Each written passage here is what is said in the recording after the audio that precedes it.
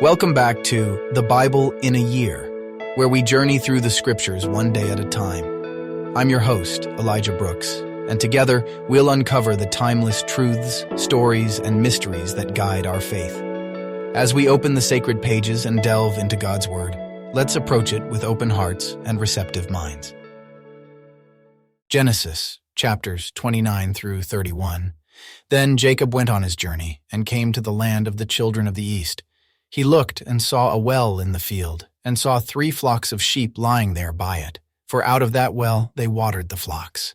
The stone on the well's mouth was large. There all the flocks were gathered. They rolled the stone from the well's mouth and watered the sheep, and put the stone back on the well's mouth in its place. Jacob said to them, "My relatives, where are you from?" "You." They said, "We are from Haran." He said to them, "Do you know Laban, the son of Nahor?" They said, "We know him." He said to them, "Is it well with him?" They said, "It is well. See, Rachel his daughter is coming with the sheep." He said, "Behold, it is still the middle of the day, not time to gather the livestock together. Water the sheep and go and feed them." They said, "We can't until all the flocks are gathered together, and they roll the stone from the well's mouth. Then we will water the sheep." While he was yet speaking with them, Rachel came with her father's sheep, for she kept them. When Jacob saw Rachel, the daughter of Laban, his mother's brother, and the sheep of Laban, his mother's brother, Jacob went near and rolled the stone from the well's mouth and watered the flock of Laban, his mother's brother. Jacob kissed Rachel and lifted up his voice and wept. Jacob told Rachel that he was her father's relative and that he was Rebekah's son. She ran and told her father. When Laban heard the news of Jacob, his sister's son, he ran to meet Jacob and embraced him and kissed him and brought him to his house. Jacob told Laban all these things. Laban said to him, "Surely you are my bone and my flesh." Jacob stayed with him for a month. Laban said to Jacob, "Because you are my relative, should you therefore serve me for nothing? Tell me, what will your wages be?" Laban had 2 daughters. The name of the elder was Leah, and the name of the younger was Rachel. Leah's eyes were weak, but Rachel was beautiful in form and attractive. Jacob loved Rachel. He said, "I will serve you 7 years for Rachel, your younger daughter." Laban said, "It is better that I give her to you than that I should give her to another man. Stay with me." Jacob served 7 years for Rachel. They seemed to him but a few days for the love he had for her. Jacob said to Laban, "Give me my wife, for my days are fulfilled, that I may go into her." Laban gathered together all the men of the place and made a feast. In the evening he took Leah his daughter and brought her to Jacob. He went into her. Laban gave Zilpah his servant to his daughter Leah for a servant. In the morning, behold, it was Leah. He said to Laban, "What is this you have done to me? Didn't I serve with you for Rachel? Why then have you deceived me?" Laban said, "It is not done so in our place, to give the younger before the firstborn. Fulfill the week of this one, and we will give you the other also for the service which you will serve with me for 7 more years." Jacob did so and fulfilled her week. He gave him Rachel his daughter as wife. Laban gave Bilhah his servant to his daughter Rachel to be her servant. He went in also to Rachel, and he loved also Rachel more than Leah, and served with him 7 more years. Yahweh saw that Leah was hated, and he opened her womb, but Rachel was barren. Leah conceived and bore a son, and she named him Reuben, for she said, "Because Yahweh has looked at my affliction, for now my husband will love me." She conceived again and bore a son and said, "Because Yahweh has heard that I am hated, he has therefore given me this son also." She named him Simeon. She conceived again and bore a son. She said, "Now this time my husband will be joined to me, because I have borne him 3 sons. Therefore his name was called Levi. She conceived again and bore a son. She said, "This time I will praise Yahweh." Therefore she named him Judah. Then she stopped bearing. When Rachel saw that she bore Jacob no children, Rachel envied her sister. She said to Jacob, "Give me children, or else I will die." Jacob's anger burned against Rachel, and he said, "Am I in God's place, who has withheld from you the fruit of the womb?" She said, "Behold my maid Bilhah. Go in to her, that she may bear on my knees, and I also may obtain children by her." She gave him Bilhah her servant as wife, and Jacob went in to her. Bilhah conceived and bore Jacob a son. Rachel said, "God has judged me, and has also heard my voice, and has given me a son." Therefore she called his name Dan. Bilhah, Rachel's servant, conceived again and bore Jacob a second son. Rachel said, I have wrestled with my sister with mighty wrestlings and have prevailed. She named him Naphtali. When Leah saw that she had finished bearing, she took Zilpah, her servant, and gave her to Jacob as a wife. Zilpah, Leah's servant, bore Jacob a son. Leah said, "How fortunate!" She named him Gad. Zilpah, Leah's servant, bore Jacob a second son. Leah said, "Happy am I, for the daughters will call me happy." She named him Asher. Reuben went in the days of wheat harvest and found mandrakes in the field and brought them to his mother, Leah. Then Rachel said to Leah, "Please give me some of your son's mandrakes." Leah said to her, "Is it a small matter that you have taken away my husband? Would you take away my son's mandrakes also?" Rachel said, "Therefore he will lie with you tonight for your son's mandrakes." Jacob came from the field in the evening, and Leah went out to meet him and said, "You must come in to me, for I have surely hired you with my son's mandrakes." He lay with her that night. God listened to Leah, and she conceived and bore Jacob a fifth son. Leah said, "God has given me my hire because I gave my servant to my husband." She named him Issachar. Leah conceived again and bore a sixth son to Jacob. Leah said, "God has endowed me with a good dowry. Now my husband will live with me because I have borne him 6 sons." She named him Zebulun. Afterwards she bore a daughter and named her Dinah. God remembered Rachel, and God listened to her and opened her womb. She conceived, bore a son, and said, "God has taken away my reproach." She named him Joseph, saying, "May Yahweh add another son to me." When Rachel had borne Joseph, Jacob said to Laban, "Send me away, that I may go to my own place and to my country. Give me my wives and my children for whom I have served you, and let me go, for you know my service with which I have served you." Laban said to him, "If now I have found favor in your eyes, stay here, for I have divined that Yahweh has blessed me for your sake." He said, "Appoint me your wages, and I will give it." Jacob said to him, "You know how I have served you, and how your livestock have fared with me. For it was little which you had before I came, and it has increased to a multitude. Yahweh has blessed you wherever I turned. Now when will I provide for my own house also?" Laban said, "What shall I give you?" Jacob said, "You shall not give me anything. If you will do this thing for me, I will again feed your flock and keep it. I will pass through all your flock today, removing from there every speckled and spotted one, and every black one among the sheep, and the spotted and speckled among the goats. This will be my hire. So my righteousness will answer for me hereafter, when you come concerning my hire that is before you. Every one that is not speckled and spotted among the goats and black among the sheep that might be with me will be considered stolen." Laban said, "Behold, let it be according to your word." That day he removed the male goats that were streaked and spotted, and all the female goats that were speckled and spotted, every one that had white in it, and all the black ones among the sheep, and gave them into the hand of his sons. He set 3 days' journey between himself and Jacob fed the rest of Laban's flocks. Jacob took to himself rods of fresh poplar, almond, and plane tree, peeled white streaks in them, and made the white appear which was in the rods. He set the rods which he had peeled opposite the flocks in the watering troughs where the flocks came to drink. They conceived when they came to drink. The flocks conceived before the rods, and the flocks produced streaked, speckled, and spotted. Jacob separated the lambs and set the faces of the flocks toward the streaked and all the black in Laban's flock. He put his own droves apart and didn't put them into Laban's flock. Whenever the stronger of the flock conceived, Jacob laid the rods in front of the eyes of the flock in the watering troughs, that they might conceive among the rods. But when the flock were feeble, he didn't put them in. So the feebler were Laban's, and the stronger Jacob's. The man increased exceedingly, and had large flocks, female servants and male servants, and camels and donkeys. Jacob heard Laban's son's words, saying, "Jacob has taken away all that was our father's. He has obtained all this wealth from that which was our father's." Jacob saw the expression on Laban's face, and behold, it was not toward him as before.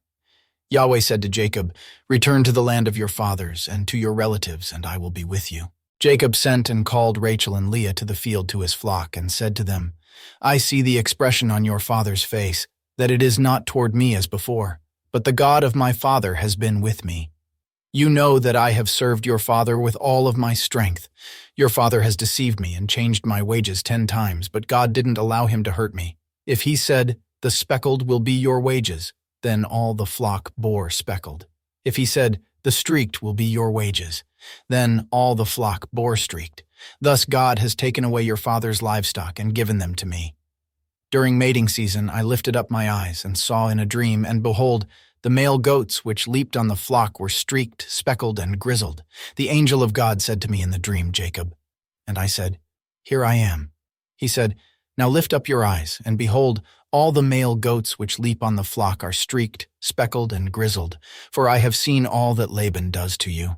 I am the God of Bethel, where you anointed a pillar, where you vowed a vow to me. Now arise, get out from this land, and return to the land of your birth. Rachel and Leah answered him, Is there yet any portion or inheritance for us in our father's house? Aren't we considered as foreigners by him? For he has sold us and has also used up our money. For all the riches which God has taken away from our father are ours and our children's. Now then, whatever God has said to you, do. Then Jacob rose up and set his sons and his wives on the camels, and he took away all his livestock and all his possessions which he had gathered, including the livestock which he had gained in Paddan Aram, to go to Isaac his father, to the land of Canaan. Now Laban had gone to shear his sheep, and Rachel stole the teraphim that were her father's. Jacob deceived Laban the Syrian, in that he didn't tell him that he was running away. So he fled with all that he had. He rose up, passed over the river, and set his face toward the mountain of Gilead. Laban was told on the third day that Jacob had fled. He took his relatives with him and pursued him 7 days' journey. He overtook him in the mountain of Gilead. God came to Laban the Syrian in a dream of the night and said to him, Be careful that you don't speak to Jacob, either good or bad. Laban caught up with Jacob. Now Jacob had pitched his tent in the mountain, and Laban with his relatives encamped in the mountain of Gilead. Laban said to Jacob, What have you done, that you have deceived me and carried away my daughters like captives of the sword? Why did you flee secretly and deceive me and didn't tell me, that I might have sent you away with mirth and with songs, with tambourine and with harp, and didn't allow me to kiss my sons and my daughters? Now have you done foolishly? It is in the power of my hand to hurt you, but the God of your father spoke to me last night, saying, Be careful that you don't speak to Jacob either good or bad. Now, you want to be gone, because you greatly longed for your father's house, but why have you stolen my gods? Jacob answered Laban, Because I was afraid, for I said, Lest you should take your daughters from me by force. Anyone you find your gods with shall not live. Before our relatives, discern what is yours with me, and take it. For Jacob didn't know that Rachel had stolen them. Laban went into Jacob's tent, into Leah's tent, and into the tent of the 2 female servants. But he didn't find them. He went out of Leah's tent and entered into Rachel's tent. Now Rachel had taken the teraphim, put them in the camel's saddle, and sat on them. Laban felt around all the tent but didn't find them. She said to her father, Don't let my lord be angry that I can't rise up before you, for I'm having my period. He searched, but didn't find the teraphim.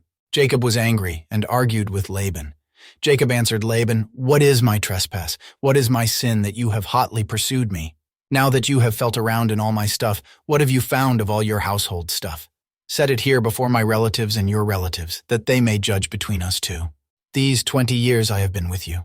Your ewes and your female goats have not cast their young, and I haven't eaten the rams of your flocks. That which was torn of animals I didn't bring to you. I bore its loss. Of my hand you required it, whether stolen by day or stolen by night. This was my situation. In the day the drought consumed me and the frost by night, and my sleep fled from my eyes. These 20 years I have been in your house. I served you 14 years for your 2 daughters and 6 years for your flock, and you have changed my wages 10 times. Unless the God of my father, the God of Abraham and the fear of Isaac had been with me, surely now you would have sent me away empty. God has seen my affliction and the labor of my hands and rebuked you last night. Laban answered Jacob, The daughters are my daughters, the children are my children, the flocks are my flocks, and all that you see is mine. What can I do today to these my daughters or to their children whom they have borne? Now come, let's make a covenant, you and I. Let it be for a witness between me and you. Jacob took a stone and set it up for a pillar. Jacob said to his relatives, Gather stones. They took stones and made a heap. They ate there by the heap. Laban called it Jegar Sahadutha, but Jacob called it Galid. Laban said, This heap is witness between me and you today. Therefore it was named Gilead and Mizpah, for he said, Yahweh, watch between me and you, when we are absent one from another. If you afflict my daughters, or if you take wives in addition to my daughters, no man is with us. Behold, God is witness between me and you. Laban said to Jacob, See this heap, and see the pillar which I have set between me and you. May this heap be a witness, and the pillar be a witness, that I will not pass over this heap to you, and that you will not pass over this heap and this pillar to me, for harm.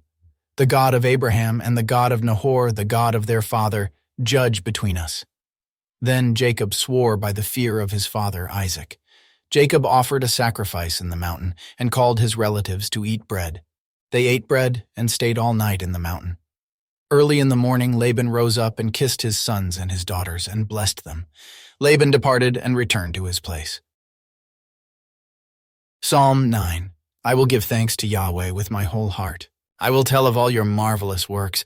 I will be glad and rejoice in you. I will sing praise to your name, O Most High, when my enemies turn back. They stumble and perish in your presence, for you have maintained my just cause. You sit on the throne judging righteously. You have rebuked the nations. You have destroyed the wicked. You have blotted out their name forever and ever. The enemy is overtaken by endless ruin. The very memory of the cities which you have overthrown has perished. But Yahweh reigns forever. He has prepared his throne for judgment. He will judge the world in righteousness. He will administer judgment to the peoples in uprightness. Yahweh will also be a high tower for the oppressed, a high tower in times of trouble.